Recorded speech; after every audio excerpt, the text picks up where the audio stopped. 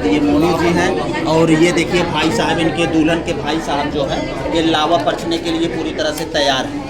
अब लावा परछन का कार्यक्रम होगा, उसके बाद फिर आगे जो है वो सिंदूर दान का कार्यक्रम होगा ना पंडित जी? इसके बाद सिंदूर दान होगा। हाँ, बहुत सही पंडित जी। चलिए, बहुत बढ़िया।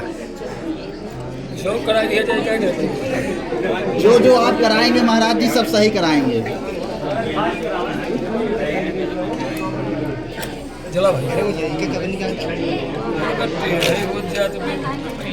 तेल ज़्यादा बम में।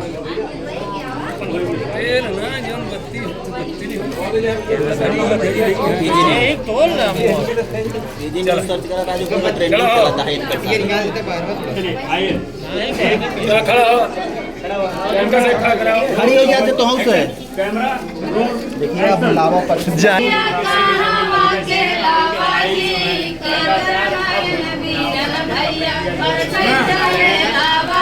आगे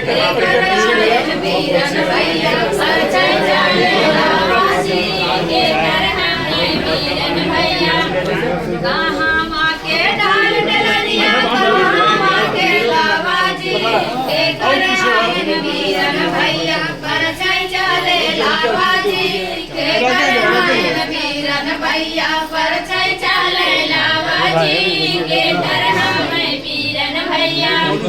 अरे रायपुर के डाल डलैया रुआ के लावाजी मुनिका के आयन बीरन भैया परछाई चले लावाजी मुनिका के आयन बीरन भैया परछाई चले लावाजी मुनिका के हमें बीरन भैया परछाई चले लावाजी मोनिका के हमें बीरन भैया।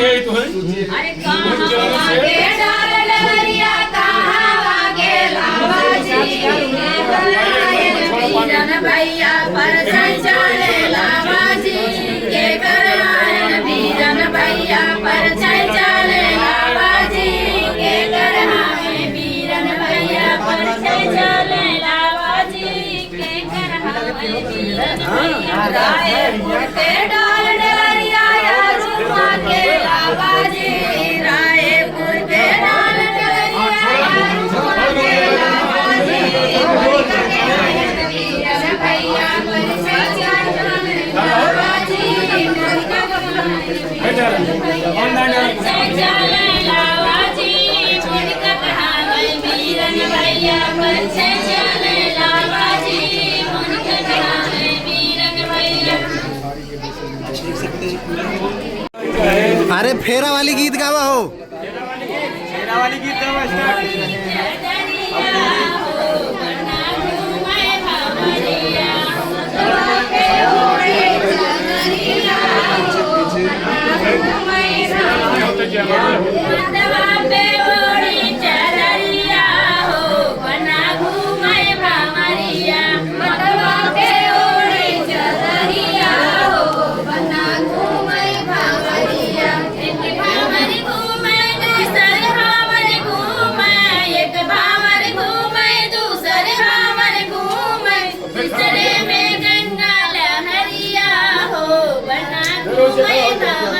वाह वाह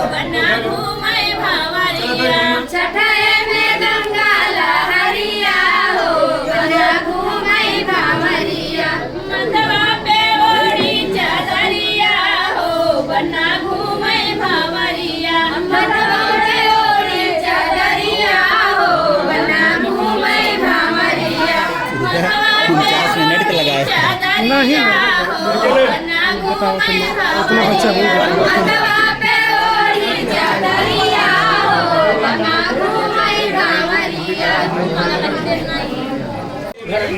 क्या किया आपने? इसको कहते हैं शिलारोहण। अधिकारी भाषा में शिलारोहण कहा जाता है, जो लोढ़ा कर दिया। तो आपने क्या किया? झुक करके उसको खिसकाया। इसमें गायन की मोनोगीत करें घोड़वा एक का वहाँ जानता है पंडित क्यों करवाता है ऐसे मंडप के अंदर?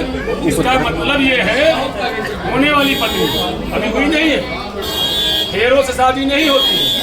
पत्नी तभी वह बनती है जब उसका सिंदूर दान हो और वाम अंग में विराजमान हो। अभी ये लक्ष्मी की जगह पे है। तो आपने क्या किया? यहाँ 7 ठू बनाया गया था पिंडी, वो 7 पहाड़ थे। महाराज जी इसको लेके जरा बोलिए, यही बात। वाह दे दो आप अपनी होने वाली धर्म पत्नी से यह वादा करते हैं, यह संकल्प लेते हैं। क्या संकल्प लेते हैं? चाहे मेरी होने वाली धर्म पत्नी,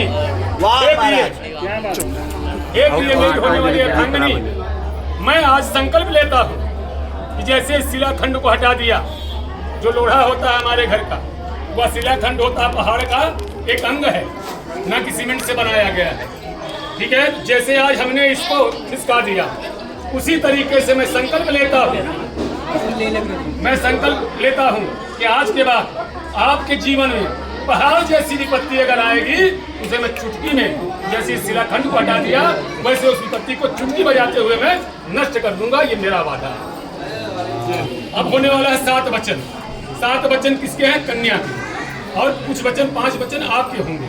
तो 7 वचन जो हम आपको बताने जा रहे हैं, अगर इस वचन को आप सुनेंगे और समझेंगे, अपनी मेमोरी में फीड करके रखेंगे, तो मेरा दावा है भगवान भोलेनाथ के मंदिर में वचन देता हूँ, कभी आपके दरवाजे पर विपत्ति, कलेश, अशांति, ये तीनों दस्तखत नहीं देंगे।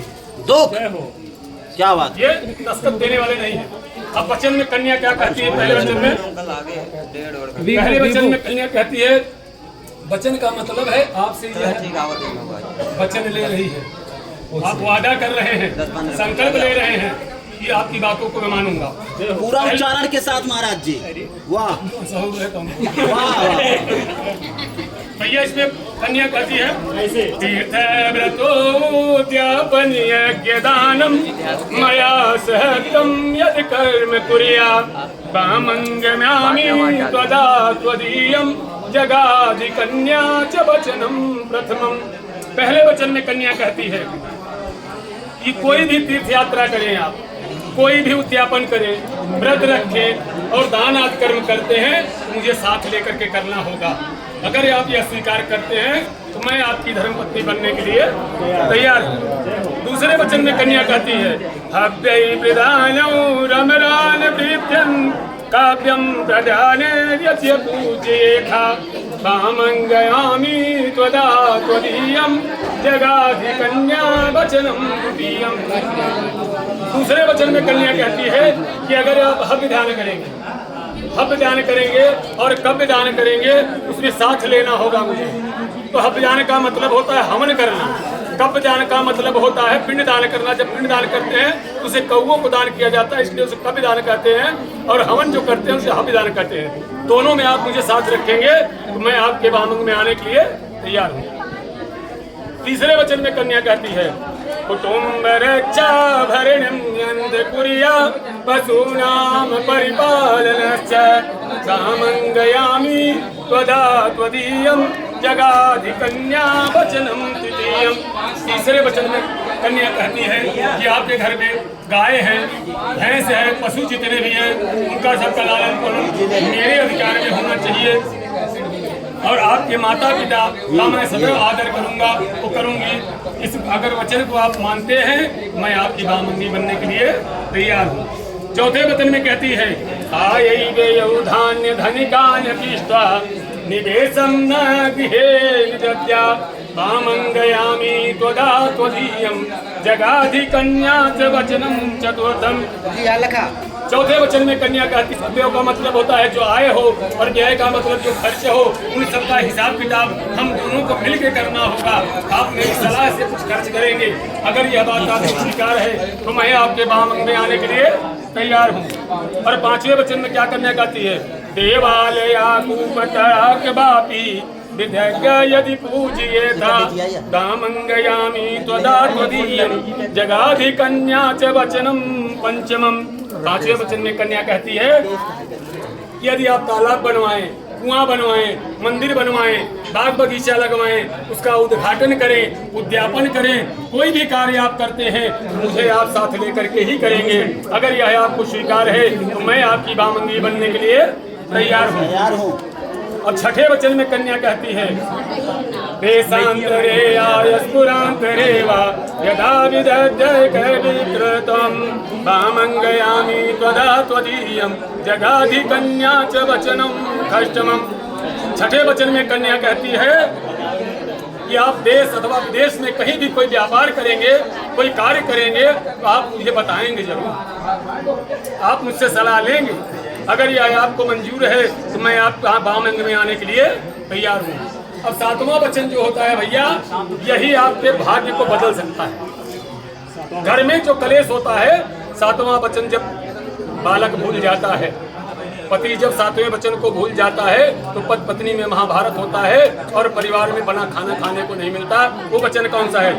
न सेवनीय यदि पारिकीया स्वयं भवानी भवनि कामनीति वामंगयामि त्वदा त्वदीयं जगाधि कन्या वचनं च सत्तमम्। भैया मोनू जी 7वें वचन में कन्या आपसे कहती है, क्या कहती है कि मेरे सिवा मुझसे कोई अति सुंदर स्त्री आपको दिखाई दे। इंद्र के दरबार में जो नाचती हैं अप्सराएं हैं, अगर वो भी नीचे आए, उन्हें आप अपने माँ बहन जैसा देखेंगे, उनका आप सेवन नहीं करेंगे। अगर आपको मंजूर है तो मैं आपकी धर्म पत्नी बनने के लिए तैयार हूँ। मतलब समझ गए ना इस बात को? समझ गए। 7 वचन आपको मंजूर है? चलिए कन्या जय हो। ये कहते हैं मदीय चित्तानुगदं च चित्तं हृदो ममाज्ञा परिपालनश्च प्रतिबता धर्मपरायणे कुर्या सदा सर्वमिहं प्रयत्नम्। मोनू जी आपसे कह रहे हैं, हे प्रतिपदे देवी, हे मेरी होने वाली धर्म पत्नी, मैं आपसे एक वचन लेता हूँ कि आपको मेरे चित्त के जैसा आपका चित्त रखना होगा, मेरे चित्त जैसा आपको चित्त रखना होगा, मेरी आज्ञा का पालन करना होगा और पतिव्रता धर्म में आपको रहना होगा। इसका मतलब क्या है? फिर कहते हैं हीरा शरीर संस्कार समोस दर्शनम हास्यम परिगृहे भानम तेज भौतिका। कहते हैं ये जब मैं घर पे रहूं तो आप 16 श्रृंगार करो, नाचो गाओ, पड़ोस में कहीं शादी विवाह है, उत्सव है, मेला लगा है, दर्शन करना है, चलो करते हैं। लेकिन जब मैं देश परदेश में रहूं, मैं यहाँ ना रहूं, तो आपको ये नहीं करना है। आप किसी की पराये पुरुष से हंसी मजाक नहीं करेंगी, आप कहीं जाने आने वाली नहीं है जब तक कि हमारे माँ बाप का आदेश ना हो। हमारे परिवार का मेरे न रहने पर अगर आदेश होता है, मेरी मैया कहती है कि आप फला के घर चलो तो आप चली जाओ, लेकिन अगर मेरे घर का कोई नहीं कहता और मेरी आज्ञा नहीं है तो आपको जाना नहीं है। उद्याने मद्यपाने विजया मोनू जी कहते हैं उद्याने मद्यपाने च राजद्वारे पिता गृहे आज्ञानं विना गन्तव्यं पतिव्रता परायणे।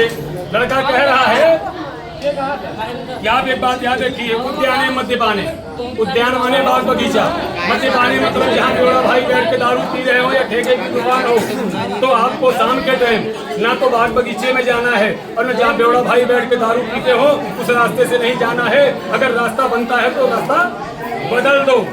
उसके बाद आज्ञायं विना न गन्तव्यं पतिव्रते परायणे।